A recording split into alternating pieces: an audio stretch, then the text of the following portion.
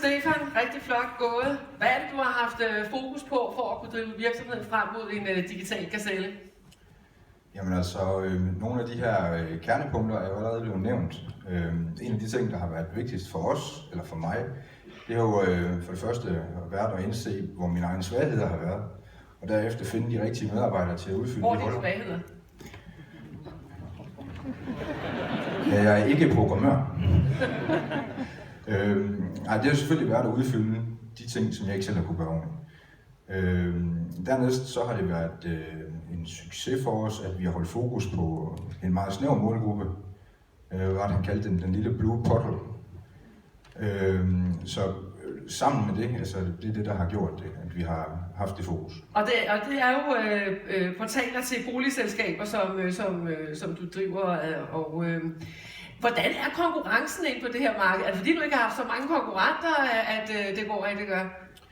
Altså, der har været konkurrence, men den almene boligsektor, som vi jo handler med, er en meget speciel branche. Og det har taget os mange år, og det har kostet mange penge at lære dem at kende, lære at skabe værdi for dem.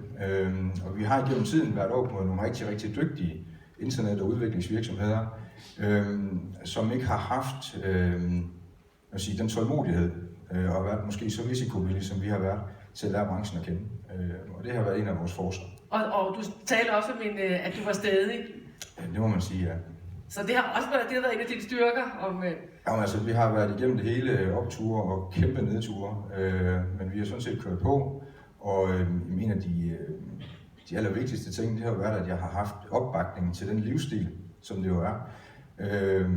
Og mine medarbejdere har været helt fantastiske i hele den her proces, og det er jo egentlig det, der har gjort det. Jeg har ikke gjort det alene i hvert fald. Så får vi da også at se her næste år med en gazelle. Hvad er din plan fremadrettet? Og man kan sige, at i år er jo for os et investeringsår. Så på papiret er vi nok ikke den vildeste gazelle her næste år. Men vi forventer at vækste væsentligt på de investeringer, vi nu er i gang med at lave. Og inden du skal ned og nyde blomsterne og prisen her, så har du lovet mig, at du også lige vil give 3 gode råd til salget. Ja, altså det er jo svært at give råd til de mennesker, der sidder her, fordi de kan jo noget i forvejen. Og for mig der er det jo individuelt, hvad det er, der skal til. Men noget af det, der har været vigtigst for mig, det er jo, som jeg også nævnte i videoen, at man er indstillet på, at det er en livsstil, og det er ikke bare et job, man går til og fra. Og det vigtigste, det er jo så, at man har en fantastisk opbakning, både hjemmefra, familiemæssigt, men også at de medarbejdere, der er med på den rejse, at de føler det samme. Så jeg ved ikke, om man kan sige, det er et råd. Det er i hvert fald noget af det, der har været vigtigt for mig. Og så, at man er meget, meget opmærksom på ens egne styrker og svagheder, således at man kan få sammensat et team, der gør en helhed. Det tror jeg også, det er noget af det rigtige. Og det er i hvert fald også noget, du er ærlig om, har været her på scenen. Tak for det, og stort kæmpe tillykke til dig, Stefan.